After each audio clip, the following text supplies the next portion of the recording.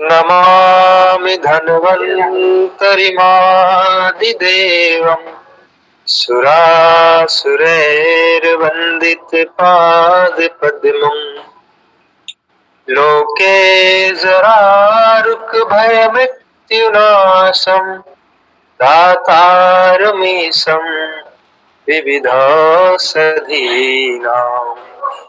शङ्खं चक्रं जलौकाम् ददत् मृत्युघटं चारुदोर्भिश्चतुर्भिः सूक्ष्मस्वच्छादिदया सुखपरिबिलसन्मालिलं भोजनेत्रम् कालाम्बोदोज्ज्वलाङ्गं कटितटविलसच्चारुपीताम्बराढ्यं वन्दे धन्वन्तरिं तं निखिलगगन प्रौढ़दावाग्निलीलम्। सभी साथियों को नमस्कार। भगवान धन्वंतरी की कृपा से आज की कक्षा का प्रारंभ कर रहे हैं। आज पढ़ेंगे जी पेज नंबर 129, 129 नंबर पेज पे पढ़ेंगे जी। अनुपम जी या कोई भी और साथी पढ़ दो जी। आहार नामक उपस्तंभ। मैं पढ़ू गुरु जी? पढ़ो जी, पढ़ो, वेट नहीं करना, पढ़ दिया। शरीर को धारण करने में जिन 3 उपस्तंभों का वर्णन किया गया है उनमें पहला उपस्तंभ आहार है। इसके पहले अष्टांग हृदय सूत्र 3 में तथा अष्टांग हृदय सूत्र 5, 6 व 7वें अध्याय में भी इसका वर्णन कर दिया गया है। इसके आगे भी यथास्थान किया जाएगा। आहार नामक उपस्तंभ, इसमें कहा गया है जी, शरीर को धारण करने में जिन 3 उपस्तंभों का वर्णन किया गया है उनमें पहला उपस्तंभ है आहार। अगर शरीर को स्वस्थ रखना है और शरीर को बीमारियों से निकालना है तो सबसे पहले हमें आहार को ठीक करना पड़ेगा, ना कि हमें दवाइयों के ऊपर जाना पड़ेगा जी। अगर बीमारियों से को ठीक करना है या बीमारियां नहीं आने देनी है तो पहले आहार को हमने ठीक करना पड़ेगा। शरीर को धारण करने वाले 3 उपस्तंभों में पहला उपस्तंभ आहार है। वक्तव्य में बहुत ही सुंदर लिखा है इसके बारे में। वास्तव में जीवन की रक्षा करने वाले भावों में अन्न सर्वश्रेष्ठ है। इसी विषय का समर्थन सुश्रुत में भगवान धन्वंतरी ने इस श्लोक के माध्यम से किया है। तो आहार हमारे शरीर की पहली जरूरत है जी, और ये शरीर को धारण करने का काम करता है आहार। जब आहार में गड़बड़ी होती है तो ही बीमारियां आती है। आप सब अगर पूरी ईमानदारी से देखोगे, आप सभी को भी अगर समस्या रही है तो आप ज्यादातर ये देखोगे जी कि हम दिनचर्या का पालन नहीं कर पा रहे हैं, हम ऋतुचर्या का पालन नहीं कर पा रहे हैं, हम खाने के साथ लिक्विड ज्यादा ले रहे हैं, या हम खाना बहुत ही असमय पे खा। उपस्तंभ, दूसरा उपस्तंभ निद्रा है। इसका मतलब है जी शयन, यानी सुख से सोना। इसी के ऊपर आगे कहे जाने वाले भाव निर्भर रहते हैं। अगर हमारी निद्रा समय पे ली गई होगी, टाइमली सोए हैं, टाइमली उठे हैं, तो उससे शरीर में सुख बढ़ता है। सुख कैसे बढ़ता है? शरीर एक तरह से दोबारा रिपेयर हो जाते हैं जिस समय पे नींद लेने से शरीर में पुष्टि आती है। समय पे नींद लेने से, शरीर में रिलैक्स मिलने से, जैसे कि हम देखते हैं अधिक दौड़ने से, शक्ति से अधिक शारीरिक श्रम करने से या अधिक रात्रि जागरण से शरीर में ड्राइनेस बढ़ के वात बढ़ता है। तो समय पे सोने से और समय पे उठने से, समय पे ली गई निद्रा से शरीर में सुख मिलता है और पुष्टि मिलती है। पुष्टि क्यों मिलती है? क्योंकि यहाँ पे कफ है जो वो बैलेंस में आ जाता है, आदर्श स्थिति में आ जाता है। अगर सोएंगे ही नहीं, देरी से सोएंगे, तो जितना देरी से सोएंगे उतना ही शरीर में रुक्षता बढ़ेगी, रुक्षता बढ़ने से वात बढ़ेगा। समय पे सो गए हैं तो कफ आदर्श स्थिति में रहेगा जी। समय पे सोने से सुख प्राप्त होता है, शरीर को पुष्टि प्राप्त होती है, शरीर को बल शरीर में बढ़ता है जिस समय पे सोने से। और आगे वृषता मैथुन करने की जो शक्ति है वो भी अच्छी होती है। ज्ञान तथा दीर्घायु जीवन का लाभ मिलता है। भली भांति नींद आ जाने पर ये सब सुख मिलते हैं और नींद के ना आने पर इसके विपरीत भावों की प्राप्ति होती है, जैसे कि दुख। अगर नींद ही नहीं आएगी तो शरीर में ड्राइनेस बढ़ के चिड़चिड़ापन, बेचैनी, गुस्सा यानी कि बीमारियां शरीर में पैदा होगी। तो नींद आने से शरीर में सुख की प्राप्ति हो रही है, नींद ना आने से दुख की प्राप्ति हो रही है। कैसे हो रही है जी? आप देखेंगे कि जिन रोगियों को नींद ही नहीं आती है और नींद अगर ना आए या देरी से सो रहे हैं या रात भर जग रहे हैं तो वहां पे ड्राइनेस बढ़ेगी, ड्राइनेस बढ़ के वात बढ़ेगा, वात बढ़ के वात में रुक्ष खर ये गुण बढ़ेंगे, वो धातुओं को सुखाने का काम करेगा, धातुओं को कमजोर करने का काम करेगा। तो नींद ना आने पर दुख बढ़ता है शरीर में, कृष्णता यानी कि पतलापन बढ़ता है, क्योंकि वात के रुक्ष खर गुण बड़े होते हैं, इसलिए समय पे अगर नींद ना ली जाए तो कृष्णता यानी कि पतलापन बढ़ता है। और ली जाए समय पे नींद तो कफ आदर्श स्थिति में होके शरीर को पुष्टि मिलती है जी। ना ली जाए तो वात बढ़ के पतलापन पैदा होता है। गुरुजी पहले से ही अगर व्यक्ति पतला है तो मेरा सवाल ये है कि वात वाला ही व्यक्ति है तो और भी ज्यादा पतला हो जाएगा या और क्या समस्याएं हो सकती है? और भी ज्यादा पतला हो जाएगा जी, और भी ड्राइनेस बढ़ जाएगी जी। फिर उसमें क्या होगा, पतला होके उसको या तो शुगर हो जाएगी जी, वात शुगर, या उसको फिर राज्यक्षमा यानी टीबी हो जाएगा, या फिर अधिक ही पतला हो गया है तो शरीर में मेद सूख गया है जी, खून भी कम हो जाएगा। मेद और खून के घटने से किडनी फेलियर और लगभग जिस धातु में संप्राप्ति जाएगी वो सब तरह की समस्याएं हो जाएगी जी। तो समय पे 1 घंटे आगे पीछे भी अगर अंतर हो जाए समय में 1 घंटे का भी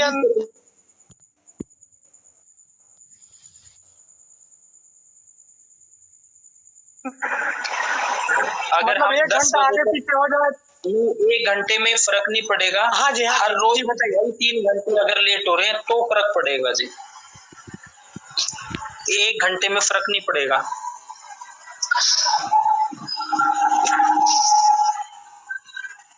ठीक है जी, अच्छा। आगे इसमें कहा गया है हाँ, दुर्बलता यानी कि कमजोरी पैदा होगी। देखो हम 2 तरह के पॉइंट यहाँ पे पढ़ रहे हैं। ऊपर वाला पॉइंट हम पढ़ रहे हैं कि नींद समय पे लेने से सुख मिल रहा है, पुष्टि मिल रही है, बल बढ़ रहा है। फिर दूसरा पॉइंट हम पढ़ रहे हैं, नींद समय पे ना लेने से शरीर में दुख बढ़ रहा है, कृष्णता यानी कि पतलापन आ रहा है, दुर्बलता यानी कि कमजोरी आ रही है। जो इनका पॉइंट था विक्की जी का, पहला तो ये कि जी हम पहले ही वात वाले हैं, अगर और देरी से सोएंगे, रात्रि जागरण करेंगे तो क्या और वात बढ़ेगा, तो वात बढ़ के कमजोरी और फिर वात की बीमारियां, और फिर वात की बीमारियां ऐसी होती है जी वो असाध्य जल्दी होती है। अगला पॉइंट है नपुंसकता यानी कि रति शक्ति का अभाव होना। देखो हो क्या रहा है जी, सो रहे हैं तो आदर्श स्थिति में आ रहा है, अगर देरी तक रात्रि जागरण है तो वहां पे वात बढ़ रहा है जी, रुक्ष गुण बढ़ने से वात बढ़ रहा है, वात के गुण बढ़ रहे हैं तो बीमारियां शरीर में आ रही है जी।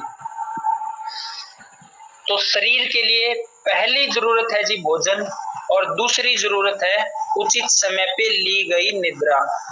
अगर ये दोनों ही गड़बड़ है तो कोई भी डॉक्टर, कोई भी पैथी हमें दवाइयों से ठीक नहीं कर सकती। पहले हमें इनको ठीक करना पड़ेगा जी और फिर दवाइयों का नंबर आता है।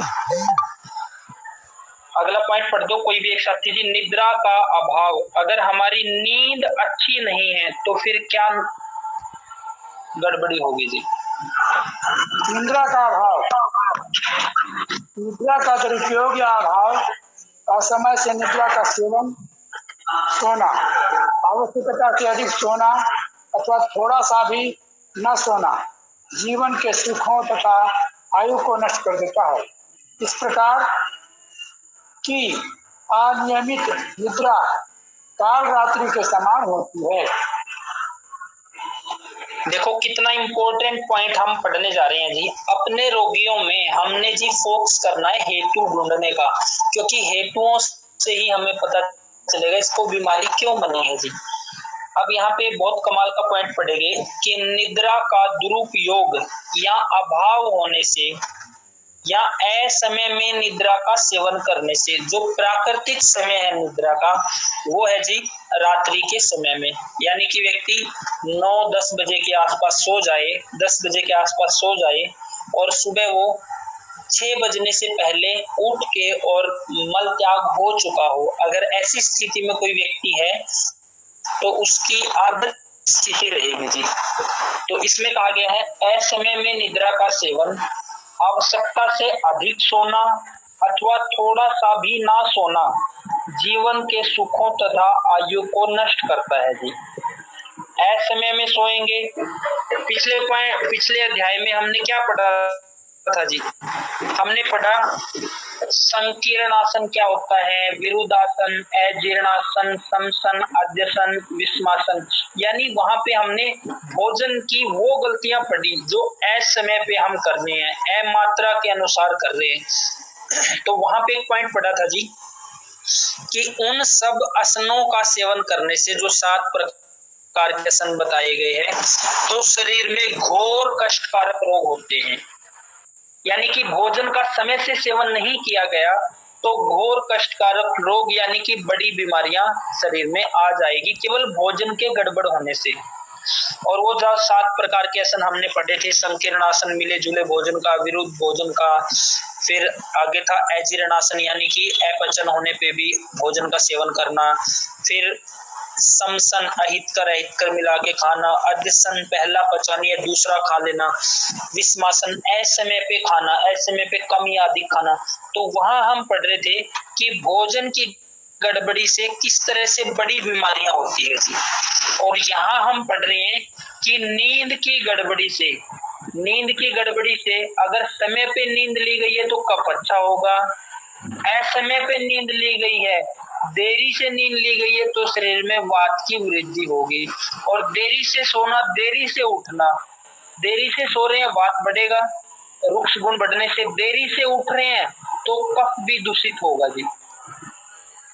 तो यहाँ हम पढ़ रहे हैं निद्रा का उपयोग या अभाव होने से या असमय में सोने से, आवश्यकता से अधिक सो रहे हैं या थोड़ा सा भी नहीं सो रहे हैं तो जीवन के सुखों तथा आयु को नष्ट कर देता है। इस प्रकार की अनियमित निद्रा काल रात्रि के समान बुनी गई है, यानी कि वो शरीर को रोगों का घर बनाने वाली है। और पिछले अध्याय में हमने पढ़ा था कि उस प्रकार का भोजन वो भी घोर कष्टकारों यानी सभी प्रकार के रोगों को लाने वाला है जी। तो इन 2 श्लोक के आधार पे हम पढ़ रहे हैं कि उचित समय पे खाना, उसका प्रॉपर पाचन होना और समय पे सोना और समय पे उठना, अगर ये भी हमारा अच्छा है तो हमें दवाइयों पे जाने की जरूरत नहीं पड़ेगी। और ये ठीक नहीं होगा और दवाइयां खाते रहेंगे तो लोग ठीक नहीं हो पाते, और यही लोगों के साथ हो रहा है जी कि आज का कोई भी एलोपैथी डॉक्टर तो बात ही नहीं करता जी कि आपकी ये गड़बड़ी हुई है, यहाँ से गड़बड़ी हुई है, खाना ऐसे बिगड़ा है, ये बिगड़ा है, इस तरह से बीमारी आई है। एलोपैथी में तो गए दवाइयाँ खाओ, बस ये भी नहीं पूछते कि डॉक्टर से कि डॉक्टर साहब दवाइयाँ बंद भी होगी कि जीवन के आखिरी दिन तक खानी है, बस वो चलती रहती है। आयुर्वेद में भी शास्त्रोक्त अभाव होने से बस वहां भी फार्मूले या दवाइयां ही चल रही है जी। जबकि एक वैद्य का सबसे ज्यादा फोकस, और किसी भी वैद्य की जो डॉक्टर को भगवान का दर्जा दिया जाता है वो उसके हेतु और संप्राप्ति, भाई वो आपकी बीमारी कैसे बन रही है, कैसे आप बीमारियों से बच सकते हो, उसके लिए, ना कि केवल दवाइयां देने से जी। तो ये 2 पॉइंट हमें आहार और निद्रा इसका महत्व हमें समझा रहे हैं। अगला पॉइंट हम पढ़ेंगे निद्रा के गुण दोष। अगर समय पे हम नींद नहीं ले रहे हैं तो शरीर में किस तरह की बीमारी हो रही है। अगला पॉइंट पढ़ दो जी कोई भी साथी।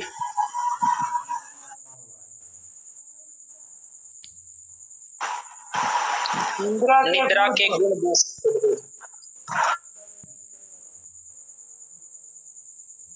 पढ़ो जी बहन जी, पढ़ो आप। हाँ पढ़ो जी पढ़ो।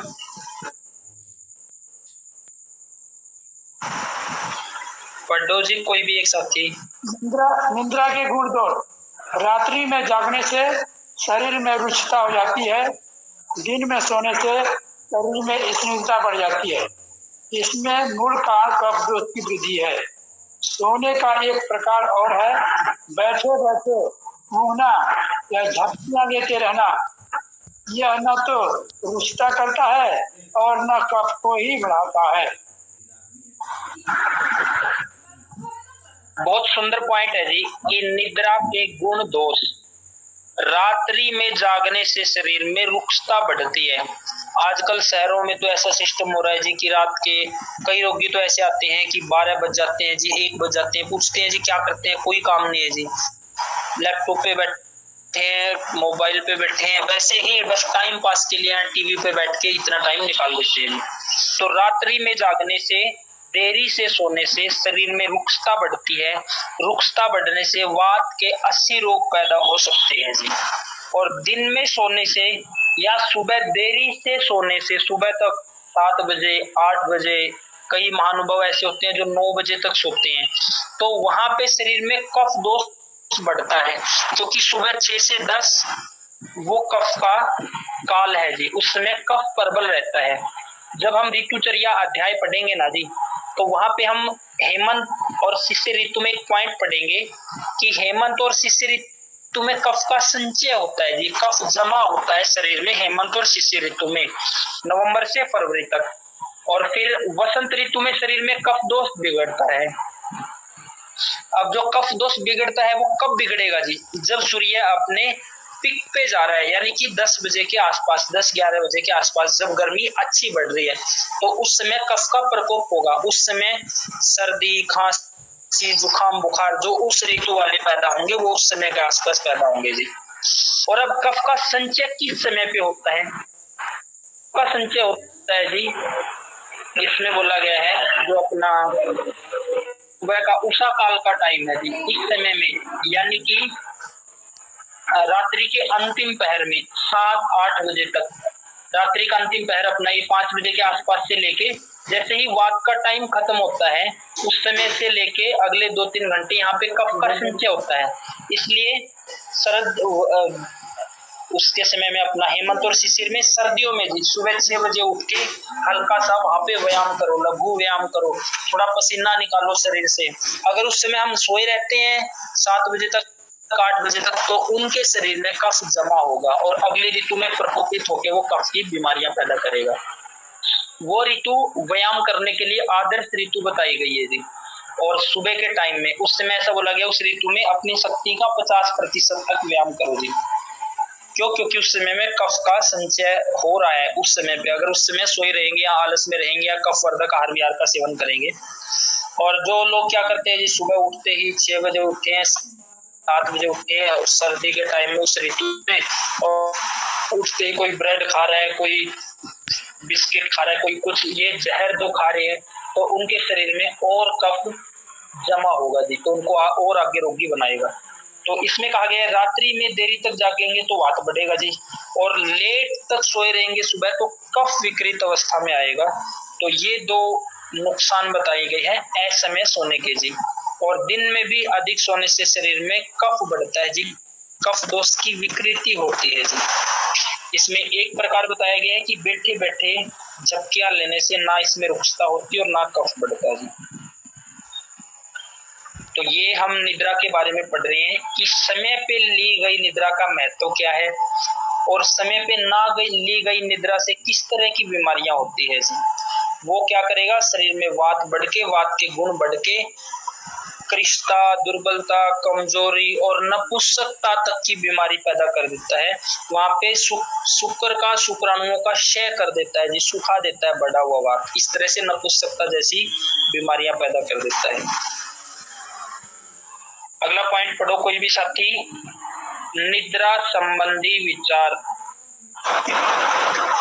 निद्रा संबंधी विचार। ग्रीष्म ऋतु में वात दोष का संचय होने से आदान काल के कारण होने वाली रुचिता से एवं इन दिनों रातों की छोटी हो जाने से दिन में सोना हितकर होता है। इसके अतिरिक्त अन्य ऋतुओं में दिन में सोना कफकारक होता है। इसमें कहा गया है जी, ग्रीष्म ऋतु में वात दोष का संचय होने से आदान काल के कारण होने वाली रुक्षता एवं इन दिनों में रातों की छोटी हो जाने से दिन में सोना हितकर है। इसके अतिरिक्त अन्य सभी ऋतुओं में दिन में सोना कफ की बीमारियां पैदा करेगा जी। तो इसमें कहा गया है जी, ग्रीष्म ऋतु जेठ आषाढ़ के महीने में जी सूर्य की गर्मी बढ़ी रहती है और वो इतनी ज्यादा होती है कि उस समय बड़े जोड़ और तालाब को सुखा देती है। तो सूर्य की बढ़ी हुई गर्मी उस वातावरण में रुक्षता बढ़ा देती है, ड्राइनेस बढ़ा देती है। तो वो ड्राइनेस और लघुता बढ़ने से शरीर में वात का संचय उन दिनों में होता है और वर्षा ऋतु में बीमार पड़ेंगे जी। वर्षा ऋतु में वात का प्रकोप होगा। तो ग्रीष्म ऋतु के 2 महीनों में दोपहर के समय में सोया जा सकता है जी 1 घंटा 2 घंटे तक, केवल ग्रीष्म ऋतु में। उसके अलावा बाकी किसी भी ऋतु में सोएंगे तो वो बीमारी पैदा करता है। अब एक कोई रोगी आपके पास आया, उस जब हम हेतु ढूंढते हैं तो हो सकता है कि वो दिन में सोने का हेतु हो।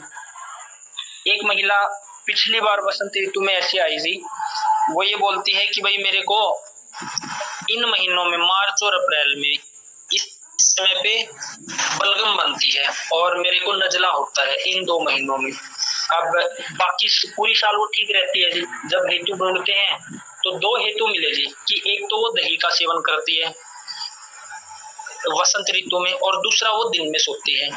फिर उनको क्या कराया गया, वसंत ऋतु में 1 महीने के लिए दही और दिन में सोना बंद करवा दिया, तो उसका वो नजला अपने आप ठीक हो गया जी। तो वो ये बोल रही कि मेरे को ऐसी दवाई दे दो ताकि इन 2 महीनों में मेरे को समस्या ना बने। अब समस्या क्यों बन रही थी जी, हेतु के कारण उसको समस्या बन रही थी। अगर वसंत ऋतु में दिन में सोएंगे, वसंत ऋतु में दही खाएंगे, जिस समय शरीर में कफ बढ़ा हुआ है, कफ विकृत अवस्था में है, कफ जैसे पहाड़ों पे गर्मी बढ़ने से बर्फ पिघल जाती है, उसी तरह से शरीर में कफ पिघला हुआ उसको बाहर निकालना है, स्त्रोत शुद्धि करनी है जी वहां पे। तो उस ऋतु में उस महिला को समस्या क्यों बन रही थी, केवल उस ऋतु में गड़बड़ी करने से। जैसे ही उसने उस अपने हेतुओं को बंद किया तो वो ठीक हो गई जी। तो बहुत से रोगियों में हमें ऐसा मिलेगा कि केवल हेतु बंद करने से उनको फायदा हो जाएगा। इसलिए हेतु सबसे इंपॉर्टेंट है, हेतु और संप्राप्ति जी। तो आगे बोला गया है, इसके अतिरिक्त अन्य ऋतुओं में दिन में सोना गड़बड़ी करता है। अब आगे बोला गया है जी, जो व्यक्ति अधिक बोलने का काम करते हैं, दिन भर भाषण देते हैं। इस पॉइंट को आप ब्रह्मचर्या वाला पॉइंट पढ़ लेंगे, इसके बाद आप अपना सवाल दोबारा रिपीट करना, वहां और अच्छे से इसका जवाब दे पाएंगे। अगला पॉइंट पढ़ो जी। ब्रह्मचर्य नामक उपस्तंभ जिसकी ब्रह्मचर्य के पालन में रति है, जिसका मन स्त्री सहवास की ओर से निष्प्रिय है, विरक्त रहता है और जो सदा संतोष से तृप्त रहता है, उसे अपने समय से निद्रा आ जाती है, अर्थात उसकी निद्रा कभी भी अपने समय का अतिक्रमण नहीं करती है। इसमें कहा गया है जी, जिसकी ब्रह्मचर्या के पालन में रति है, ब्रह्मचर्या के पालन में रति है, जो ब्रह्मचर्या का अच्छे से पालन करता है, जिसका मन स्त्री सहवास के प्रति अधिक नहीं है और जो सदा संतोष यानी तृप्ति से रहता है, उसे अपने समय से निद्रा आ जाती है।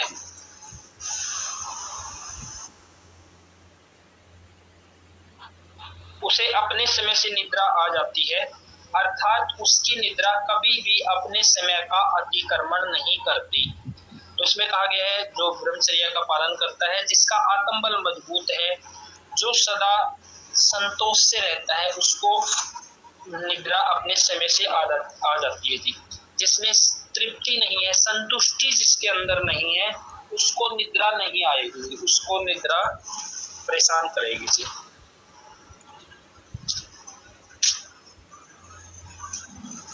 अगला पॉइंट पढ़ दो जी। आप लोगों को एक पॉइंट पढ़ाते हैं जहाँ जैसे हम बात कर रहे हैं ब्रह्मचर्या ब्रह्मचर्या ब्रह्मचर्या, तो ब्रह्मचर्या क्या है, किसके लिए क्या ब्रह्मचर्या है जी, ये एक पॉइंट पढ़ाते हैं।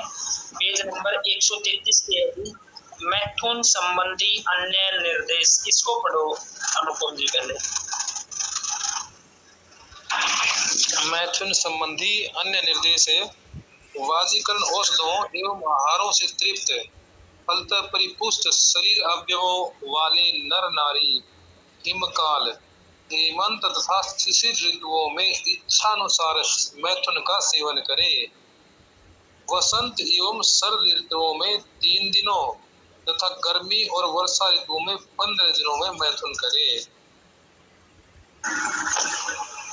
इस पॉइंट में कहा गया है जी कि जो व्यक्ति अपने शरीर की शुद्धि कर चुका है वाजिकर औषधों का प्रयोग करता है और अच्छा आहार विहार, अच्छा खान पान है, तो वो हेमंत तथा शिशिर ऋतु में नवंबर से फरवरी तक वो अपनी इच्छा अनुसार मैथुन कर सकता है जी। एक पॉइंट। दूसरा पॉइंट है कि वसंत एवं शरद ऋतु में यहाँ पे है कि 3 दिनों में एक बार संभोग करे जी। और ग्रीष्म तथा वर्षा ऋतु में यहाँ पे है जी 15 दिनों में एक बार संभोग करे।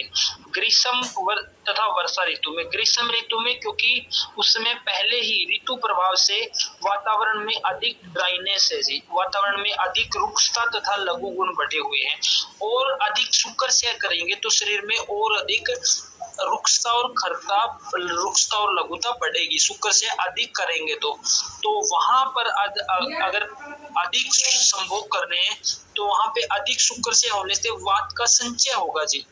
और वर्षा ऋतु में वात का प्रकोप होता है, तो वर्षा ऋतु में भी अधिक संभोग किया जाएगा तो वात प्रकोप में शरीर में और खोखलापन बढ़ेगा जी। तो ये है ग्रीष्म और वर्षा ऋतु का प्रभाव जी, कि इन 2 ऋतुओं में केवल 15 दिन में एक बार संभोग करना है जी। और वसंत तथा शरद ऋतु में इस समय वातावरण में ना अधिक रुक्षता है ना अधिक स्नेहा से, ये बैलेंस का है, तो यहाँ पे 3 दिन में एक बार बोला गया है।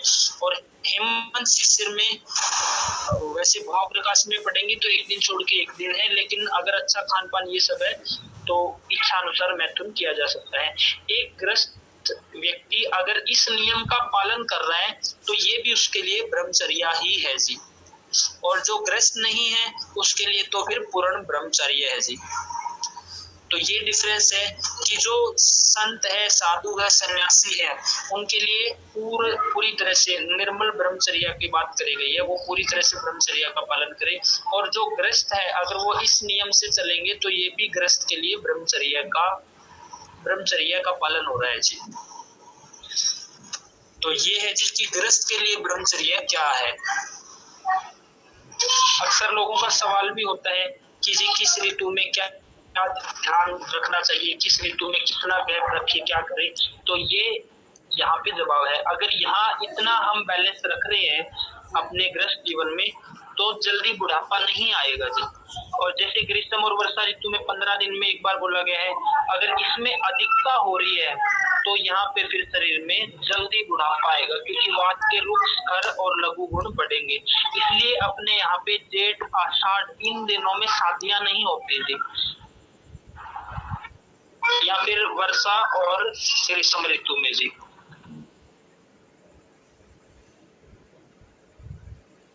गुरुजी, जैसे वेग होता है हम लोग का, जैसे बताते हैं आयुर्वेद में कि 14 वेग होता है, तो उस वेग में सचमुच में वीर्य का वेग भी होता है, शामिल है अथवा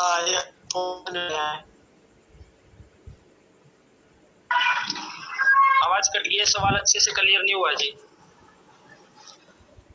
हमारा दोबारा सवाल करो। 14 वेग का वर्णन, ठीक है, का वर्णन किया गया, उसमें ये कह रहे हैं गुरुजी शुक्र का भी वेग है 14 वेगों में। ठीक है। उसमें ये कहा गया है जी कि वीर्य के वेग को रोकना नहीं चाहिए, ऐसा बोल रहे हो आप जी रवि जी? उसका पॉइंट इस तरह से है, उसका पॉइंट ये नहीं है कि जी, उसका पॉइंट इस तरह से है कि जब व्यक्ति मैथुन कर रहा है, जब व्यक्ति संभोग कर रहा है, तो उस समय वीर्य जैसे ही आने वाला है तो उसको रोकना नहीं है जी, उसको रोकना नहीं है वहां पे, नहीं तो वीर्य का धारण करने के लिए ही बोला गया है जी। उस वेग को नहीं रोकना है, वैसे आपने इन नियमों का पालन करना है जी। यही पूछ रहे थे नुपुर जी। आपकी आवाज नहीं आ रही है रवि जी। गुरु जी ये तो रवि जी जाने जी के पूछ रहे, मैंने तो उनकी बात बताई थी जी। ठीक है जी। तो वही है कि वीर्य को वेग को, जैसे राजीव भाई भी बोलते हैं कि वीर्य के वेग को नहीं रोकना चाहिए। ये उस दृष्टि से कहा गया है कि जब मैथुन कर रहे हैं तो उस समय वीर्य आ रहा है, उस वेग को रोकना, फिर कुछ टाइम रुक जाना, वो गलत है जी। उससे फिर आयुर्वेद में आगे आता है कि शुक्रासमरी बन जाती है, यानी कि उस स्थान पे असमरी बन जाती है जी। और वो असमरी लगभग असाध्य होती है जी। उसमें क्या है, शुक्र का वेग आया है, उसको रोक लिया है, फिर आया है, फिर रोक रहे हैं, फिर आया है, फिर रोक रहे हैं, तो बढ़ी हुई वायु शुक्र को वही सुखा देती है जी। उससे शुक्रासमरी बनती है। और उसमें ऐसा कहा गया है जी कि उस शुक्रासमरी की चिकित्सा जवाब देके करनी चाहिए, क्योंकि उसमें वो निकल भी सकती है या फिर व्यक्ति की मृत्यु भी हो सकती है। तो उस वेग को रोकना, वहां पे शुक्र निकलने ही वाला है, उस वेग को रोकना खतरनाक है। वैसे तो वीर्य का धारण करने के लिए बोला गया है।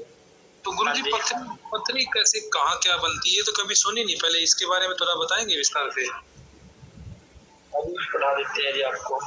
इसी अध्याय का सबसे अंतिम पॉइंट पढ़ दो जी। इसी अध्याय के अंतिम पॉइंट में है मैथुनोत्तर कर्तव्य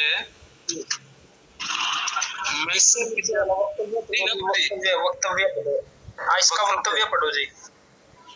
इस संदर्भ से संबंधित विषय की चर्चा सुश्रुत ने इतने में की है, आप उसे देखें। इस प्रकार प्रकरण में सुश्रुत ने यह भी निर्देश दिया है, मैथुन करते समय आए हुए शुक्र के वेग को रोकना नहीं चाहिए, क्योंकि ऐसा करने से शुक्रासमरी पैदा हो जाती है जो बाद में कष्टप्रद होती है।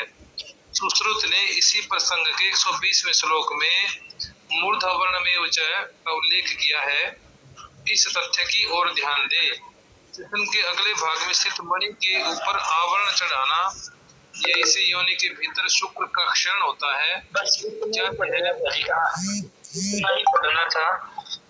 ही पढ़ना था जी कि मैथुन करते समय आए हुए शुक्र के वेग को रोकना नहीं चाहिए जी, क्योंकि ऐसा करने से वहां पे शुक्रासमरी पैदा हो जाती है और बाद में कष्टप्रद होती है।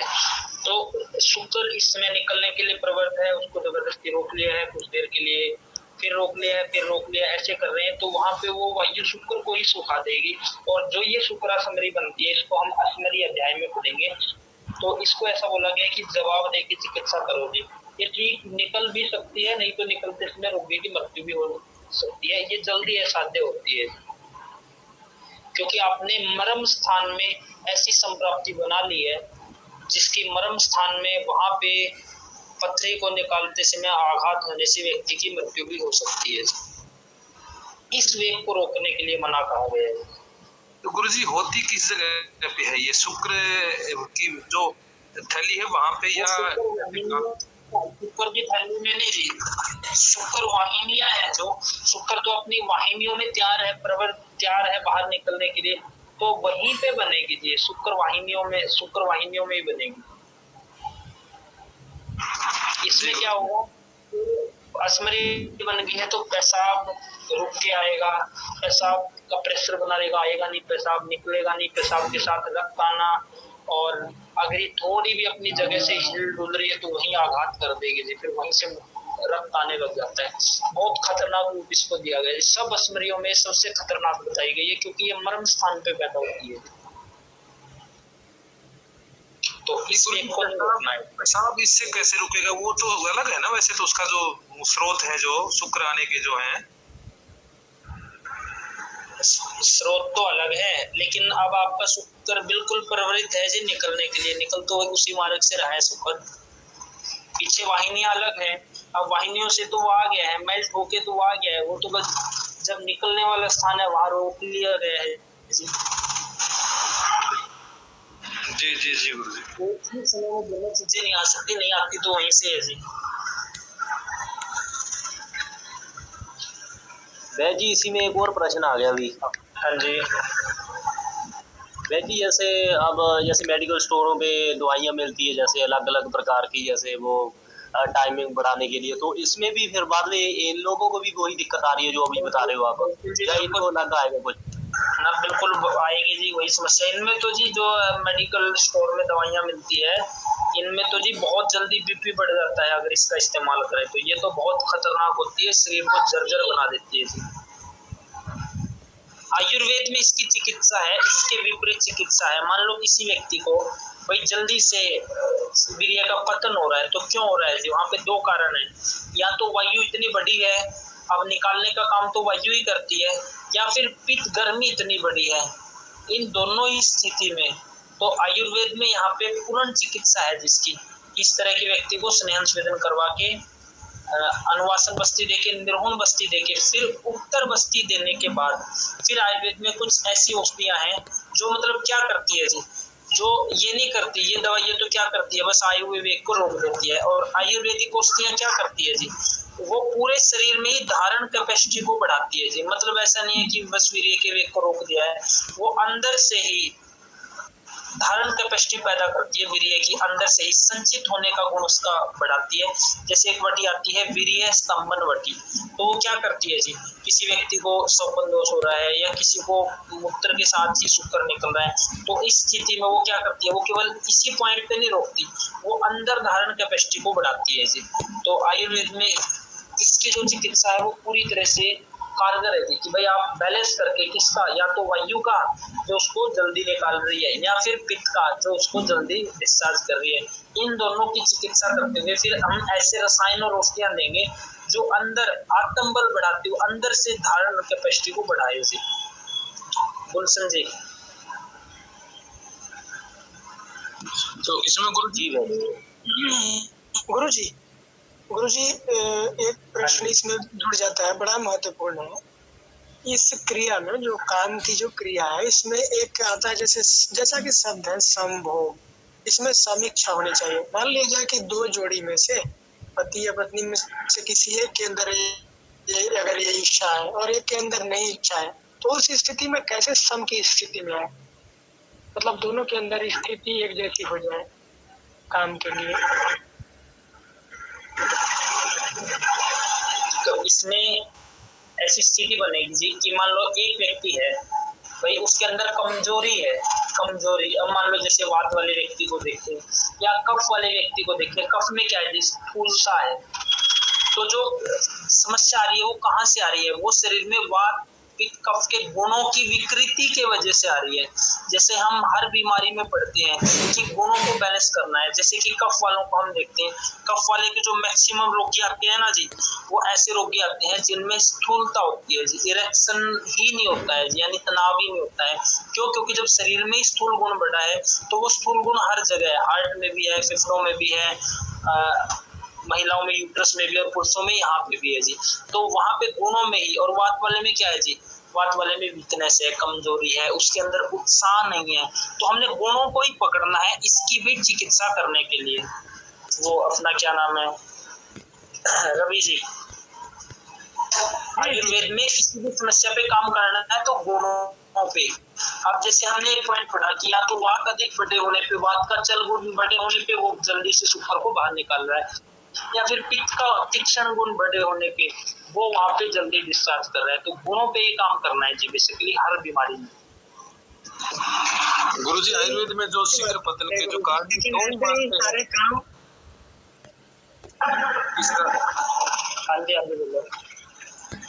गुरुजी, यानी कि आयुर्वेद में शीघ्र पतन के ये दो ही कारण मानते, वात के और पित्त के, जैसे या फिर धातु कमजोर हो तो उससे भी तो शीघ्र पतन हो सकता होगा। धातु कमजोर में शीघ्र पतन कैसे होगा जी, वहां तो इच्छा ही नहीं होगी, अंदर उत्साह ही नहीं होगा जी। धातु कमजोरी में तो है, तो ये भी हेतु मिल सकते हैं हमें रोगियों में, और इनको सबसे पहले ठीक करना अनिवार्य है जी। अगला पढ़ो जी। अगला है कि नींद ना आ रही हो तो क्या करें जी। ये गुरुजी एक में ये रह गया ना जी, भोजन करके सो जावे।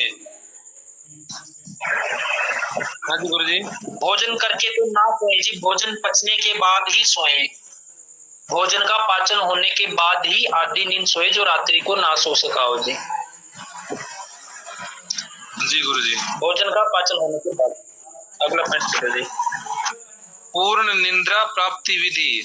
जिसे पूर्ण निद्रा न आती हो वह दूध, मद्य, मांस रस, दही का सेवन करे, अभ्यंग, उबटन स्नान करें, तथा सिर में, कानों में एवं आंखों में तर्पण स्नेह का प्रयोग करे। सामान्य रूप से स्त्री या पुरुष जिसे नींद न आती हो वह अपने प्रिय या प्रिया का आलिंगन करके सोए। निवृत्ति, सुख, कृतकृत्यता, मैंने अपना कार्य कर लिया है, मन के अनुकूल शब्द, स्नेहपूर्ण कथाएं या सुरीले गीत आदि विषयों की चर्चा ये पर्याप्त निद्रा सुख को देते हैं। ठीक है जी। तो इसमें कहा गया जिसे नींद न आती हो तो वह दूध पी के सोए जी। दूध पीने से भी नींद आ जाती है जी। दही का सेवन ना करे जी रात्रि को। मांस रस का सेवन भी ना करें। नींद पीने से बहुत रोगियों में ऐसा देखा गया जी कि वात बढ़ा है। वात बढ़ा होने पर दीपन पाचन अच्छा नहीं है, दूध ही नहीं पचता जी, इसलिए नींद भी नहीं आती। तो पहले दीपन पाचन अच्छा करेंगे, फिर दूध पचेगा। दूध पचने से ही नींद आना शुरू हो जाती है जी। या उनको अभ्यंग कर सकते हैं। दिन में अभ्यंग करेंगे तो रात्रि को बढ़िया नींद आएगी जी। उबटन करवा सकते हैं उनको। सिर, कानों तथा आंखों में तर्पण, यानी यहाँ पे भी स्नेह का उपयोग कराना है। सामान्य रूप से स्त्री या पुरुष जिसे नींद न आ रही हो तो वह अपने प्रिय प्रिया का आलिंगन करके सोए। आगे है कि सुख, मैंने अपना कार्य कर लिया है। मन के अनुकूल शब्द तथा कथाएं जो पुराने टाइम में दादी नानी कहानियां सुनाती थी अच्छी अच्छी, या सुरीले गीत, ये सब का हम व्यवस्था करते हुए अच्छी नींद आ सकती है जी। नींद कब नहीं आएगी जी? एक तो नींद तब नहीं आएगी जब शरीर में वात दोष बढ़ा होगा। वात दोष बढ़ा होगा तो शरीर में अंदर खोखलापन है, ड्राइनेस है, खरता है, वायु का चल गुण बढ़ा है, कहीं ना कहीं गैस, सफारा, अवरोध, दर्द ये सब पैदा कर रहा है। तो ऐसी स्थिति में नींद नहीं आएगी जी। तो वात का समन क्या है जी? दीपन पाचन अनुलोमन करके दूध पिलाना, स्नेह स्वेदन करना, बढ़िया नींद आ जाएगी जी। और कफ वाला तो अधिक ही सोता है जी। कफ वाले की निद्रा नाश कम ही होता है जी। और पित्त वालों में भी पित्त दोष बड़ा होने पर भी निद्रा नाश हो सकता है जी। अगला पॉइंट पढ़ो जी। दीपन पाचन ठीक नहीं होने पर भी स्नेह करवा सकते हैं। दीपन पाचन ठीक होने पर ही स्नेहन स्वेदन कराना है जी। दीपन पाचन ठीक होने के बाद ही स्नेहन स्वेदन कराना है। पहले अग्नि को ठीक करना है, फिर कोई भी क्रिया करनी है जी, क्योंकि स्वास्थ्य का आधार अग्नि ही है। गुरुजी ये एक्सरसाइज करने से भी स्वेदन होता है, क्योंकि पसीना तो निकलता है उससे भी। नहीं होता जी। ठीक है, नहीं होता। एक्सरसाइज करने से तो वात और बढ़ता होगा जी। वो तो थोड़ा एक्स्ट्रा ज्यादा कर लो तब बढ़ता है ना, हल्का फुल्का पसीना निकाल लेते। देखो स्वेदन का मतलब क्या है जी? मान लो अब कई लोग क्या करते हैं कि भाई स्नेहन कर लिया और धूप में बैठ गए कि पसीना आ गया, स्वेदन हो गया। या कई लोग क्या करते हैं, स्नेहन करवा लिया, कोई अपना पोलोथीन सा लेंगे, कुछ बोलते हैं कि ये ओढ़ लिया, पसीना आ गया, वो स्वेदन नहीं है जी। स्वेदन का क्या मतलब है और स्नेहन का क्या मतलब है? कई लोग क्या करते हैं, खुद से ही तेल लगाया कि जी स्नेहन हो, कहीं बैठ गए स्वेदन हो गया, वो स्नेहन स्वेदन नहीं है जी। स्नेहन का मतलब है कि व्यक्ति सीधा लेट जाए। बाकियों को आ रही है जी? बाकी सभी को आ रही है? क्लियर आ रही है, थोड़ी सी कट रही थी, अभी ठीक आ रही है। ठीक है, तो क्या है जी स्नेहन और स्वेदन का मतलब क्या है जी? भाई व्यक्ति ने बिल्कुल आंखें बंद करके लेट गया जी, जब तक 1 घंटा मालिश होगी तो आंखें बंद रखनी है, बोलना नहीं है। फिर उसके ऊपर थेरेपिस्ट मसाज कर रहे हैं, तो मसाज ऐसी होनी चाहिए कि व्यक्ति सोते मालिश करते करते सो जाए, उसको नींद आए, वो रिलैक्स हो जाए। खुद से ही मालिश कर रहे हैं, शरीर में पसीना आ रहा है, खुद से ही कर रहे हैं। मालिश करने का मतलब है कि शरीर पूरी तरह से आरामदायक स्थिति में चला जाएगी, शरीर में बढ़े हुए वात आदि दोष बैलेंस में आ जाए। और स्वेदन कैसे करना है जी? हम जिस यंत्र से भी स्वेदन करेंगे उसमें हम क्वाथ डालेंगे जी। किसका? 10 मूल का, या जिस भी दोष को खत्म करने के लिए हम स्वेदन कर रहे हैं, तो हम अपने स्वेदन यंत्र में क्वाथ डालेंगे, वो पकेगा, फिर उसका जो स्वेदन शरीर पे लगेगा तो वो शरीर को कोमल बनाएगा और वो रोम छिद्र को खोलने का काम करेगा और वो वहां से दोषों को पिघलाने का काम करेगा। ये काम है जी स्नेहन और स्वेदन। कई लोग बस खुद ही मालिश कर लेते हैं, वो कर लिया, वो स्नेहन स्वेदन नहीं है जी। स्नेहन स्वेदन से व्यक्ति को पूरी तरह से रिलैक्स मिलना चाहिए, ये होना चाहिए। हाँ जी, आज तो नया जीवन में आगे एक तरह से। अगला पॉइंट पढ़ो जी। गुरु जी, हाँ जी, हाँ जी। इस आदमी की स्थिति को, अच्छा बहन जी एक बोल रही है कुछ, बहन जी बोल लीजिए। गुरुजी स्वेदन करेंगे तो फिर काढ़ा बनाकर करेंगे, जिसका बात रोग बढ़ा है। हम क्या करते हैं जी, किसी उसमें एक टेंट टाइप में बैठ गए हैं, उसमें एक स्टीमर से भाप आएगी, उस स्टीमर में हम काढ़ा डाल देंगे जी, गर्म किया हुआ काढ़ा। या ऐसा है कि स्टीमर अपने आप गर्म कर रहा है तो उसमें वो जो काढ़े के द्रव्य लेंगे उसकी पोटली उसमें छोड़ देंगे, तो फिर वो उसके गुण होते हुए अपने उसमें आएंगे। स्टीमर जो गुरुजी भाप लेने वाला होता है, वो भाप लेने वाला चेहरे पे भाप लेने, ऐसा नहीं रात में भाप लेने, जिस लिक्विड बॉडी पे वो आता है स्वेदन लिया जाता है जी, जो स्क्रीन पे आपके आ रहा है जी। अलग से अंतर, इसमें रोगी बाहर रहेगी और इसके साथ में नीचे यंत्र लगा है, इस यंत्र में हम काढ़ा डालेंगे जी, इसमें हम काढ़ा डालेंगे, इसमें रोगी को बिठाएंगे, गर्दन बाहर रहेगी, पूरे शरीर पे स्वेदन आएगा। और इसके अंदर हम या तो पोटली छोड़ देंगे, वो पोटली जब ये पानी गर्म करेगा तो वो भी उसका भी निचोड़ इसमें डाल देगा, यहाँ से हम इसके अंदर जो पानी डालेंगे वो काढ़ा गर्म करके वो डाल देंगे जी। तो इस तरह से हम स्वेदन कराएंगे जी। हाँ जी, वैसे नॉर्मल व्यक्ति को सिर की मालिश किस समय करनी चाहिए? जैसे दिन में, रात में, कभी जैसे सिर की मालिश करते हैं ना नॉर्मल व्यक्ति करनी है तो बेटर टाइम सुबह के टाइम में है। गुरुजी सर में जो ऑयल लगाते, तेल लगाते हैं, वो कब लगाए? सुबह के टाइम। अच्छा गुरुजी, एक सवाल था थोड़ा सा, पता नहीं अलग है, एक्सरसाइज और व्यायाम में क्या अंतर है और दोनों शब्द में क्या फर्क है? व्यायाम का तो निर्देश है कि आपने किस ऋतु में कितना और किस तरह से करना है जी। और एक्सरसाइज में कि आप जिम जा रहे हैं उसको भी एक्सरसाइज ही बोलते हैं, लेकिन आयुर्वेद के अनुसार वो पूरी तरह से ही गलत है, क्योंकि वो 12 महीने एक ही तरह की एक्सरसाइज कराएगा आपको। और व्यायाम का मतलब है कि अपने शारीरिक बल की स्थिति को देखते हुए, ऋतु के महत्व का देखते हुए, उसके अनुसार लघु, कीन, मध्यम या उत्तम जो व्यायाम बोला गया, जैसे उत्तम व्यायाम जो बोला गया उस तरह ऋतु में है न, हेमंत और शक्ति ऋतु में आदि शक्ति व्यायाम को उत्तम व्यायाम बोला गया है। आगे किसी शक्ति का सवाल? गुरुजी एक मिनट छोटा सा रह गया, भ्राता जी एक मिनट, भ्राता जी। तो गुरुजी मतलब कि व्यायाम के लिए आपने बताया था कि वर्षा ऋतु में तो नहीं कर सकते, बाकी सब ऋतु में कर सकते हैं।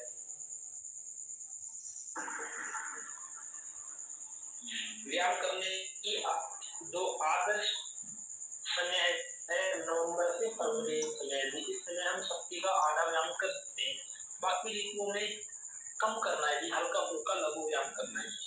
अब गुरुजी कोई व्यक्ति है कि कोई कार्य है नहीं उसके पास, तो दिन भर में वो क्या करे फिर? व्यायाम के अलावा व्यायाम नहीं कर सकते ऋतु के अनुसार, तो अपना स्वाध्याय करते रहो, काम धंधा नहीं है, पढ़ते रहो पूरा दिन, तो खाना पचन होने में दिक्कत होती है, फिर बैठे रहने में, फिर प्रॉब्लम वही है कि कुछ भी खा लेंगे तो शरीर की एक्टिविटी नहीं होगी। तो वहाँ पे एनर्जी तो लग रही है, एनर्जी तो लग रही है वहाँ पे भी। ये सारे सवाल आ रहे हैं, आप करेंगे परीक्षा भी खाते हैं, लेकिन ये सब बालकों की तरह सवाल आ रही है, ये सारे सवाल बालकों की तरह है। भैया हम यही बालक बच्चे ही हैं। चलो दिन रात पढ़ते रहेंगे तो हाजमा तो और भी डाउन हो जाएगा ना उससे, तो जी दिन रात में मतलब क्या, दिन में इसके पास इनके पास समय है जी, कुछ पढ़ने से तो आपके रात में तो सोएंगे, दिन में इनके पास एक्स्ट्रा समय है, दिन में आप पढ़ेंगे तो हाजमा कोई डाउन नहीं होगा जी। नहीं, दिन रात का तो नहीं गुरुजी, मान लो दिन में कई घंटे लगातार बैठे बैठे पढ़ेंगे ना, दिमाग को प्रेशर रहेगा, तो उससे तो पाचन तंत्र बताते हैं कि और भी कमजोर हो जाता है। बिल्कुल भी नहीं होगा। वो क्या नाम आपका अनुपम जी, दिन नाम की पढ़ते हैं जी, और उतना ही उत्सुकता वो सब चीजें बढ़ती चली जाती है। कभी भी मतलब कोई थकावट ये वो कुछ नहीं, वो इंटरेस्ट पे बात है जी। रोगी व्यक्ति को पढ़ने के लिए बोलेंगे तो उसके लिए वो समस्या होगी जी, स्वस्थ व्यक्ति के लिए वो समस्या नहीं है। जी जी जी गुरु जी। जिसको कोई समस्या नहीं है और समय उसके पास है तो वो अपने समय का सदुपयोग कर सकता है जी। हाँ, रोगी को पढ़ने के लिए बोल देंगे, वो शायद आधा घंटा भी नहीं पढ़ पाएगा, घंटा भी नहीं पढ़ पाएगा। वो किताब देखते ही उसको नींद आने लग जाएगी, वो थक जाएगा मन किताब देखते ही। अगले किसी साथी का सवाल है तो रखे जी। गुरु जी एक सवाल मेरे ले लो आज। हाँ बोलो जी। मैं ये पूछ रहा हूँ गुरु जी, जैसे जो लोग ध्यान करते हैं, मेडिटेशन करते हैं, जैसे उनका वो रात को ही करते हैं लगभग, या सुबह जल्दी उठ कर करते हैं, वो लगभग 3-4 घंटे की नींद लेते हैं, फिर भी उनका शरीर स्वस्थ रहता है। तो या मेडिटेशन या जो ध्यान से भी अपने को शरीर में ऊर्जा मिलती है या रोग कम लगते हैं, इसके बारे में थोड़ा सा बताओ गुरु जी आज। ध्यान के बारे में ऐसा है जी, ध्यान आप कोई भी क्रिया है, मान लो जैसे ये सवाल आ गया कि भाई दिन में काम धंधा है ही नहीं और व्यक्ति स्वस्थ है तो पढ़ते रहो जी। इसके बीच में अगर ध्यान करना है तो कर लो, लघु व्यायाम करना है तो आपने कर लो जी, या कोई भी कार्य करना है तो कर लो। तो हर चीज को पहले ही करो जी। कई लोगों में ये देखा गया जी, वो 10 में बैठे रहते हैं ध्यान में, वो दुनिया की फिर सब चीजें छोड़ देते हैं जी, अपने परिवार बच्चे उन सबको भी छोड़, उनकी भी चिंता छोड़ देते हैं। तो बैलेंस में करो जी, ध्यान करना है जो भी आपने करना है। महेंद्र जी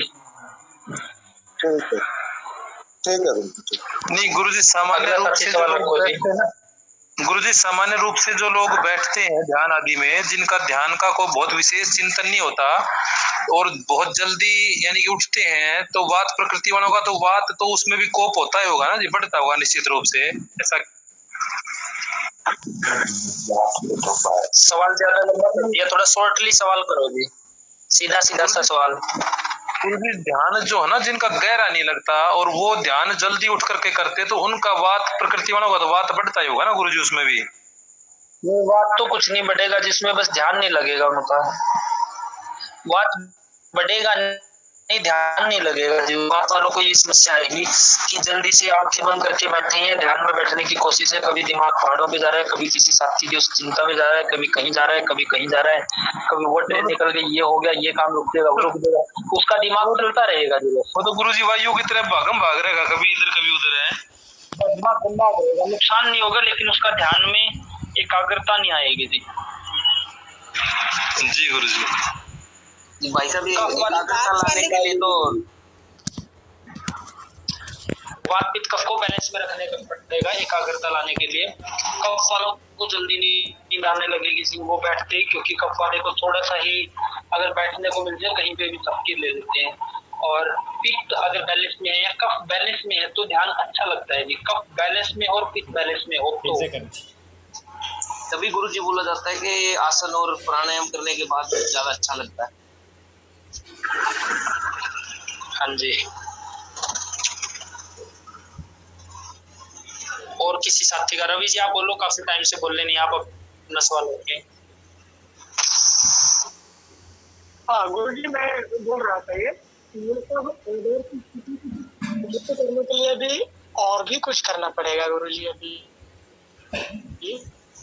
किसके लिए जी? आवाज नहीं। अभी जो सिस्टम है गुरु जी से मजबूरी तो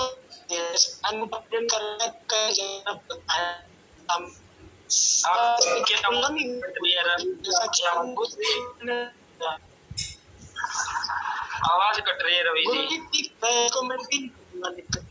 मैं पिन कर दूंगा, लिख दूंगा मैं। दूसरा साथी अपना सवाल। धन्यवाद गुरुजी। बात वाले स्वेदन किस काढ़ा से करें? वात वालों ने स्वेदन इसलिए करना है जी, पहले स्नेहन होगा फिर स्वेदन होगा। स्नेहन से शरीर में चिकनाई आएगी, दोष दिखने होंगे। स्वेदन से अकड़न जकड़न ये हटेगा जी स्वेदन से, इसलिए वात वालों ने स्वेदन करना है। अकड़न जकड़न दर्द को हटाने के लिए करना है गुरुजी।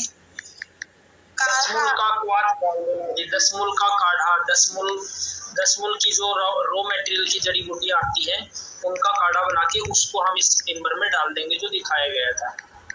गुरुजी मेरे ख्याल बहन जी कह रहे हैं कि कोई मशीन खरीदनी पड़ेगी क्या? नहीं उसमें मेरा भी यही प्रश्न है। श्रेय काढ़ा कौन सा डलेगा जी? काढ़ा कौन सा डलेगा वो पूछना था। हाँ, दसमूल का डलेगा जी। ये मेरा तो यही प्रश्न था जी, मशीन ये खरीदनी पड़ेगी क्या घर में? गुरुजी से पहले अच्छे से सीखना पड़ेगा जी, पहले पढ़ना पड़ेगा पंचकर्म अध्याय को पूरे को डिटेल में सब चीजों को, फिर जाके ये सब करना है जी। अभी जोश में कुछ नहीं खरीदना है जी, गहरा अध्ययन होने के बाद ही कुछ भी खरीदना है जी। गुरुजी भाप के लिए तो कुकर का प्रयोग कर सकते हैं ना, कोई उसमें तो कोई परेशानी नहीं ना जी? कुकर में वो एल्यूमिनियम के कुकर से ही वो आएगी तो वो शरीर के लिए, वो भी रोम छिद्र के लिए खतरनाक है। स्टील का कर गुरुजी कर सकते हो ध्यान के लिए गुरुजी, मतलब क्या, मतलब एक साधारण व्यक्ति, मतलब नॉर्मल इंसान जो मतलब पारिवारिक है और जो सन्यासी है और योगी, इनके लिए अलग अलग कंडीशन तो नहीं है या सबके लिए सेम ही है? मतलब कि ध्यान के लिए वात प्रकृति जैसे कफ प्रकृति, या उनके लिए कुछ अलग है और हमारे लिए कुछ अलग है? जिसका जितना नॉर्मल रूप से आराम से सुख पूर्वक रहते हुए ध्यान लग सके उतना लगा लो। विकृत अवस्था में कफ, जैसे पहाड़ों पे गर्मी बढ़ने से बर्फ पिघल जाती है, उसी तरह से शरीर में कफ पिघला हुआ उसको बाहर निकालना है, स्त्रोत शुद्धि करनी है जी वहां पे। तो उस ऋतु में उस महिला को समस्या क्यों बन रही थी? केवल उस ऋतु में गड़बड़ी करने से। जैसे ही उसने उस अपने हेतुओं को बंद किया तो वो ठीक हो गई जी। तो बहुत से रोगियों में हमें ऐसा मिलेगा कि केवल हेतु बंद करने से उनको फायदा हो जाएगा। इसलिए हेतु सबसे इंपॉर्टेंट है, हेतु और संप्राप्ति जी। तो आगे बोला गया है, इसके अतिरिक्त अन्य ऋतुओं में दिन में सोना गड़बड़ी करता है। अब आगे बोला गया है जी, जो व्यक्ति अधिक बोलने का काम करते हैं, दिन भर भाषण देते हैं जी, व्याख्यान करते हैं, सवारी करते हैं, दिन भर गाड़ी चलाने का उनका काम है, अधिक रास्ता चलते हैं, मदपान करते हैं, स्त्री सहवास करते हैं, अधिक क्रोध करते हैं, शोक और भय में रहते हुए हैं, थके हुए पुरुष है, श्वास रोग जिनको है, वात श्वास का हिचकी रोग है, अतिसार के रोगी, वृद्ध है, बालक है, कमजोर है, कृष्ण पतले व्यक्ति है, उरक्षक आघात लगा हुआ व्यक्ति है, प्यास या सूल रोग से पीड़ित, अजीर्ण या घायल चोट लगे हुए, और जिन्हें शास्त्र में दिन में सोने की अनुमति दे रखी है उन्हें तथा ऊपर कहे गए रोगियों को दिन में सोना उचित है, क्योंकि दिन में सोने से इनका धातु सम अवस्था में आ जाता है। कफ इनके शरीर को पुष्टि दे देता है। अब कुछ कंडीशन बताई गई है जी, जो अधिक बोलने का काम करता है, अधिक सवारी करता है, अधिक रास्ता चलता है, अधिक मदपान, स्त्री सहवास, भय, शोक, चिंता, यानी इन सब, कमजोर है, किसी को दर्द हो रहा है, इन सब रोगियों में क्या है जी, वात बढ़ा हुआ है।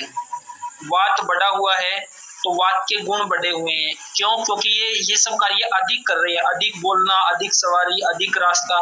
तो इनको कुछ टाइम के लिए इनको दिन में सुलाया जा सकता है, ताकि रेस्ट करने से, आराम करने से बढ़ा हुआ वात कम हो जी।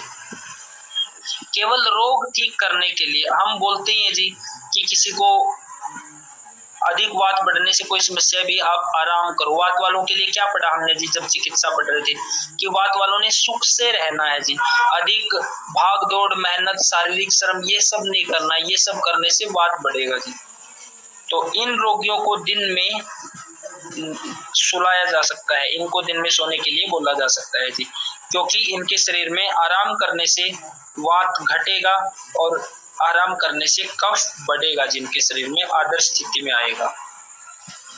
अब आगे ये बोला गया स्पष्ट कि दिन में किन्हें बिल्कुल भी नहीं सोना है जी, गलती से भी नहीं सोना है। अगला पॉइंट और पढ़ दो जी।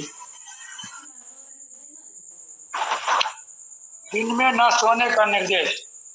जिन मनुष्य के शरीर में मेदो धातु एवं कफ दोष बढ़ा हुआ हो और जो प्रतिदिन स्निग्ध आहारों का सेवन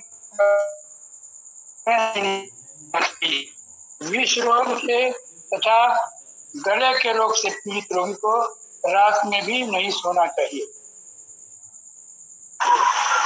तो इसमें कहा गया है जी कि किन्हें बिल्कुल नहीं सोना है जी? जिन मनुष्यों के शरीर में मेद धातु अधिक बढ़ा हुआ है, कफ दोष अधिक बढ़ा हुआ है और जो प्रतिदिन स्निग्ध आहारों का सेवन करते हैं, उन्हें दिन में नहीं सोना चाहिए जी। जिसका कफ अधिक बढ़ा है, मेद अधिक बढ़ा है और विष रोग से पीड़ित तथा गले के रोग से पीड़ित रोगियों को रात में भी नहीं सोना चाहिए। कोई साथी बताएगा जी कि इन्हें रात में क्यों नहीं सोना है जी? विष आदि से गुरुजी जो यानी कि मूर्छा आदि आ जाती है तो रोगी पता नहीं उठेगा कि नहीं उठेगा। और ऐसे ही गले आदि के रोगी होते हैं तो उनका भी जो एक तो यानी कि कफ भी बढ़ता है और गला रुक ना जाए, कहीं ऐसा हुआ कुछ ना कुछ। और क्या कोई और जवाब? ऐसा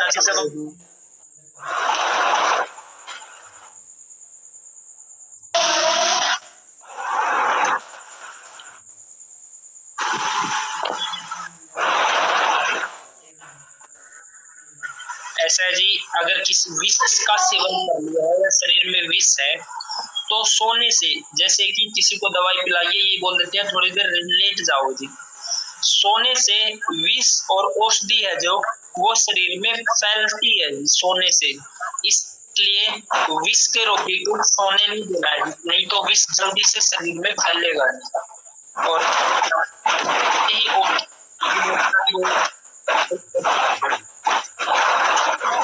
पढ़ते ही बंद कर दिया करो, माइक बंद रखे करो, आवाज गूंज रही है नहीं तो। अगला पॉइंट, अकाल शयन से हानि, यानी कि असमय पर सोएंगे तो शरीर में क्या होगा? जो असमय पे सोते हैं उनको नजला होता ही होता है जी। अगला पॉइंट पढ़ो जी। गुरुजी उस पॉइंट को एक बार फिर से समझा दें, आवाज कट रही थी।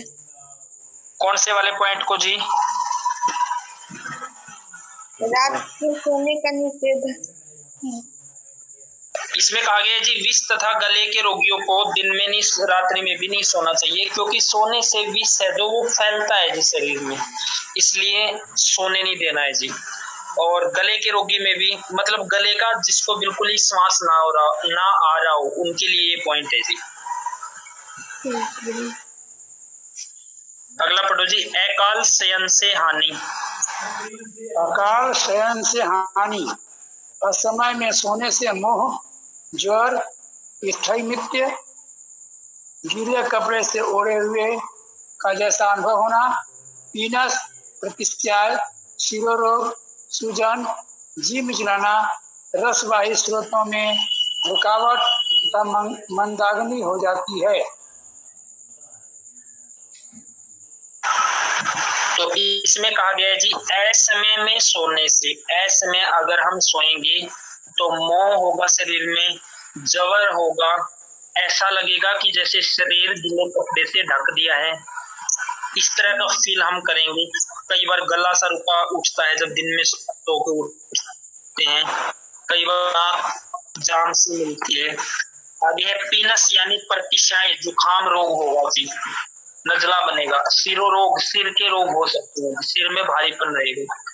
सूजन होना, जी मचलाना और रसवाही स्त्रोतों में रुकावट तथा मंदाग्नि। समय पे सोने से स्थिति में आता है और वात करता है, और समय पे सोने से शरीर में कफ बढ़ा रहता है और कफ बढ़ने से अग्नि मंद होकर रसवाही स्त्रोतों में रुकावट पैदा हो जाती है। सर किसी का माइक खुला हुआ है, आवाज नहीं आ रही है। जी हर बार अपना माइक बंद करना भूल जाते हैं। इस पॉइंट कोई दूसरा साथी पढ़ोगे अब। अगला चिकित्सा निर्देश पढ़ना गुरुजी। एक बार इसी पॉइंट को दोबारा पढ़ दो और ये भी बता दो क्या कहा गया है, क्योंकि शोर इसमें ज्यादा हो रहा था जी। अकाल शयन से हानि, असमय में सोने से मोह, ज्वर, स्थैमित्य, गीले कपड़े से ओढ़े हुए के जैसा अनुभव होना, पिन से प्रतिशय, शिरोरोग, सूजन, जी मिचलाना, रसवाही स्रोतों में रुकावट तथा मंदाग्नि हो जाती है। ठीक है जी। दिन में सोने से मंदाग्नि होगी, कफ दोष विकृत अवस्था में बढ़ेगा। मंदाग्नि होगी तो रसवायु स्त्रोतों में रुकावट होगी। रसवायु स्त्रोतों में रुकावट होगी तो नजले जैसी समस्या बनने की, रोग, सूजन, जीत लाना, शरीर में गीला गीला अनुभव होना या गला, इन सब का रुका हुआ होना, ऐसा फील करेंगे। तो दिन में नहीं सोना है जी। ऐसे समय में देंगे जो लोग ड्यूटी आदि करते हैं या रात्रि में ड्यूटियां, देर रात तक ड्यूटी, उनका ऐसा समय होता है जी। और लगभग ड्यूटी वाले मैक्सिमम लोगों में से देखते हैं जी, खासकर पुलिस की कोई टाइम ही नहीं है जी, ना खाने का, ना सोने का, ना जागने का, ना उठने का, लगभग बीमार ही मिलते हैं जी। अगला पढ़ो जी। चिकित्सा निर्देश है, उक्त स्थिति में रोगी को उपवास, वमन, संवेदन और नस्य कारक औषधों का प्रयोग करें। अति निद्रा की स्थिति में तीक्ष्ण वमन, अंजन, सुरमा एवं नस्य दें। उसे लंघन, चिंता, व्यवाय, मैथुन, शोक, भय तथा क्रोध कराएं, जिससे रोगी के कफ का नाश होकर निद्रा का भी नाश हो सके। वक्तव्य ऊपर कहे गए 62 तथा 63वें श्लोकों में केवल कफ नाशक उपायों का वर्णन किया गया है। कफ दोष की निवृत्ति हो जाने पर अति निद्रा स्वयं नाश हो जाती है। तो इसमें कहा गया है जी कि ऊपर वाली समस्याएं पैदा हो गई है तो पहले हमने रोगी के हेतु बंद करवाने हैं। 50% समस्या वहीं से ठीक हो जाएगी और फिर बाकी समस्या को आप उसमें उपवास, नस्य, स्वेदन, इस तरह की चिकित्सा करके उसको ठीक करना है। अति निद्रा की स्थिति में ज्यादा ही निद्रा आ रही है, पूरे रात्रि में समय सोने के बाद भी दिन में निद्रा आ रही है, अधिक निद्रा आ रही है, तो उसको लंघन करवाना है जी, क्योंकि खाते ही तो वो फिर सो जाएगा। लंघन करवाना है, उसको भय, शोक, चिंता में रखना है, क्योंकि भय, शोक, चिंता कराने से कफ घटता है जी और वात बढ़ता है। तो इनमें कफ घटाना है जी हमने। तो वात वालों को भय, शोक, चिंता, क्रोध इनसे बाहर निकालना है और कफ वाले को थोड़ा डराना, धमकाना है जी। उनके अंदर भय, शोक पैदा करना है, क्योंकि उनके अंदर स्थूलता होती है जी, कफ वालों के अंदर थोड़ा आलसीपन रहता है जी उनमें। तो उनके लिए ये चिकित्सा बताई गई है जी। अगला पॉइंट है निद्रा नाश के लक्षण। अगर हमारी निद्रा का नाश ही रहेगा, ड्यूटी के कारण किसी भी काम से हम ऐसे में सो रहे हैं, ऐसे में उठ रहे हैं, तो फिर किस तरह से शरीर में जल्दी से बुढ़ापा आता है। अगला पॉइंट पढ़ो जी।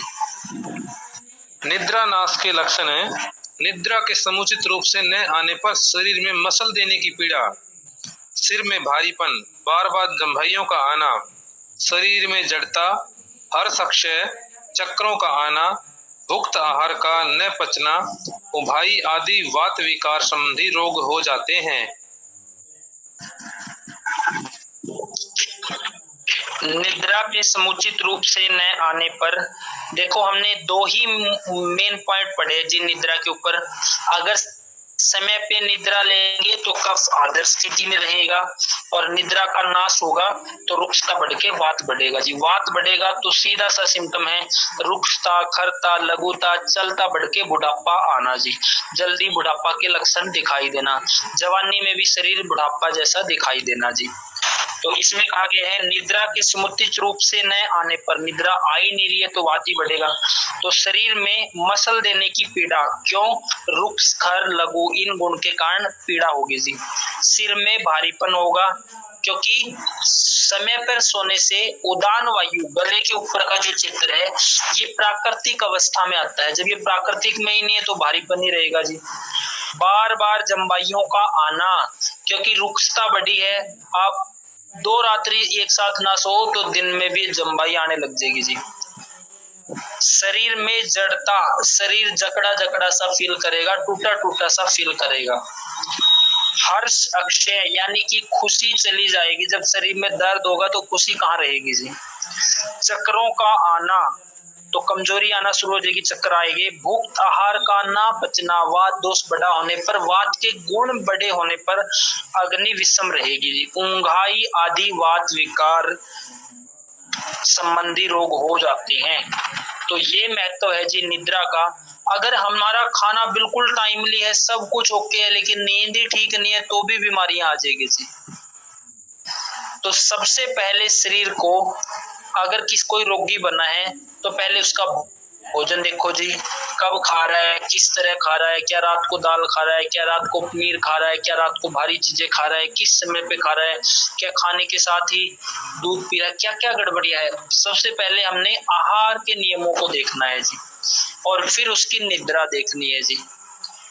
तो निद्रा समय पर रहेगी तो कफ आदर्श स्थिति में रहेगा, कफ रहेगा तो शरीर में बुढ़ापा नहीं आएगा, और निद्रा सही नहीं होगी तो वात बढ़ेगा, वात बढ़ेगा तो शरीर में जल्दी बुढ़ापा आएगा जी। ये निष्कर्ष है, और इतना बड़ा महत्व है निद्रा का। तो सबसे पहले आहार ठीक होना जरूरी है, और फिर उचित समय पे जरूरी निद्रा, वो शरीर के लिए दूसरा पॉइंट है जी। अगला पॉइंट पढ़ो जी। निद्रा सेवन निर्देश, अतएव रात्रि में समय पर सो जाना चाहिए। यहाँ सात्मता का अर्थ है जिसे जितनी नींद आती हो उतना ही सोएं, अर्थात कोई रात में 2 पहर, कोई 3 पहर सोता है, तदनुसार सोएं।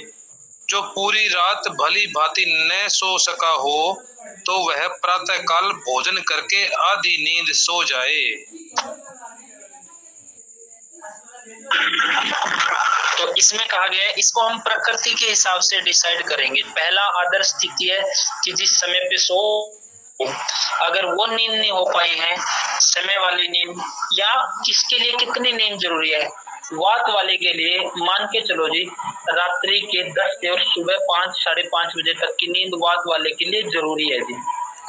कफ वाले को आप 5 बजे भी उठा सकते हो जी, वात वाले के लिए आधा घंटा एक्स्ट्रा दे सकते हो, लेकिन कफ वाले को थोड़ा जल्दी उठाओ जी। और पित्त वाले को भी कफ की तरह बैलेंस में रख सकते हो, या थोड़ा 10-15 मिनट एक्स्ट्रा दे सकते हो, या वात कफ वाले को 1 घंटा पहले उठाओ। तो प्रकृति के हिसाब से वात वाले जितना थोड़ा सा रेस्ट अधिक करेगा उतना ही वात के गुण बैलेंस में रहेंगे जी। अगर देरी से सो रहा है, जल्दी उठ रहा है, वो भी खतरनाक है जी वात वाले के लिए। तो समय पे सोना और समय पे उठना ही जरूरी है। जैसे रवि जी ने अपने कुछ हेतु बताए थे कि ऐसे में खा रहे थे, ऐसे में सो रहे थे, अधिक शारीरिक श्रम कर रहे थे, किसी भी कारण से मजबूरीवश, तो वहाँ वो वात की संप्राप्ति बन रही थी। तो रोगियों में हमें यही संप्राप्तियां मिलेगी थी। इस अध्याय का पढ़ने का क्या महत्व है जी? इसका महत्व ये है कि अपने रोगियों में भी हम यही देखेंगे। कोई कफ वाला है तो उसकी नींद ऐसी होती है कि रात को भी जल्दी सुला दो, सुबह भी वो देरी तक उठता है, ऑफिस में भी वो झपकियां लेता रहता है, यानी कि उसे मौका मिलते ही वो सोने की कोशिश करता है जी। वात वाला देरी से सोएगा, जल्दी उठेगा, दिन में भी जी तोड़ मेहनत करेगा तो वात ही बढ़ेगा जी। तो यहाँ से कोई रोगी आया है तो ये भी हेतु मिल सकते हैं हमें रोगियों में, और इनको सबसे पहले ठीक करना अनिवार्य है जी। अगला पढ़ो जी। अगला है कि नींद ना आ रही हो तो क्या करें जी? ये गुरुजी एक में ये रह गया ना जी, भोजन करके सो जावे। हाँ जी गुरुजी। भोजन करके तो ना सोए जी, भोजन पचने के बाद ही सोए। भोजन का पाचन होने के बाद ही आधी नींद सोए, जो रात्रि को ना सो सका हो जी। जी गुरुजी। भोजन का पाचन होने के बाद। अगला प्रश्न जी। पूर्ण निद्रा प्राप्ति विधि, जिसे पूर्ण निद्रा न आती हो वह दूध, मद्य, मांस रस, दही का सेवन करे, अभ्यंग उबटन स्नान करें तथा सिर में, कानों में एवं आंखों में तर्पण स्नेह का प्रयोग करे। सामान्य रूप से स्त्री या पुरुष जिसे नींद न आती हो वह अपने प्रिय या प्रिया का आलिंगन करके सोए। निवृत्ति, सुख, कृतकृत्यता, मैंने अपना कार्य कर लिया है, मन के अनुकूल शब्द, स्नेहपूर्ण कथाएं या सुरीले गीत आदि विषयों की चर्चा, ये पर्याप्त निद्रा सुख को देते हैं। ठीक है जी। तो इसमें कहा गया जिसे नींद न आती हो तो वह दूध पी के सोए जी। दूध